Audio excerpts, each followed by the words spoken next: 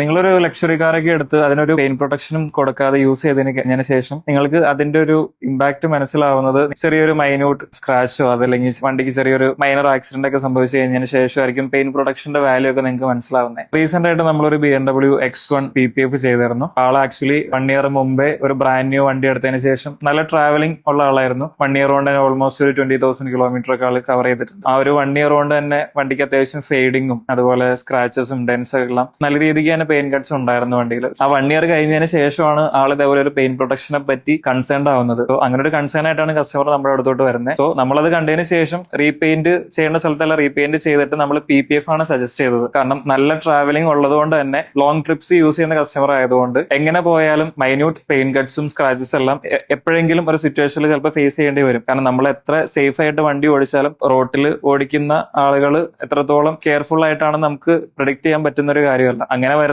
Unexpected ആയിട്ട് വരുന്ന സ്ക്രാച്ചസോ pain ഡാമേജുകളോ എല്ലാം കവർ ചെയ്യാനായിട്ട് PPF തന്നെയായിരുന്നു ആൾക്ക് നല്ലൊരു ഇൻവെസ്റ്റ്മെന്റ്. ഇത്രയും കോസ്റ്റ് ഉള്ള ഒരു വണ്ടി ആയതുകൊണ്ട് തന്നെ ആള് 8 ഇയർ പാക്കേജ് ആണ് ചൂസ് ചെയ്തത്. 8 ഇയർ വാറന്റി ഉള്ള അവരുടെനിസിന്റെ ഒപ്റ്റിമ പ്ലസ് പ്രൊഡക്റ്റ് ആണ് കസ്റ്റമർക്ക് നമ്മൾ സജസ്റ്റ് ചെയ്തത്. ഓൾറെഡി നമ്മൾ ഇതിന്റെ വീഡിയോസ് പോസ്റ്റ് ചെയ്തിട്ട് നിങ്ങൾ ജസ്റ്റ് ഫീൽഡിൽ ചെക്ക്ഔട്ട് ചെയ്യുക.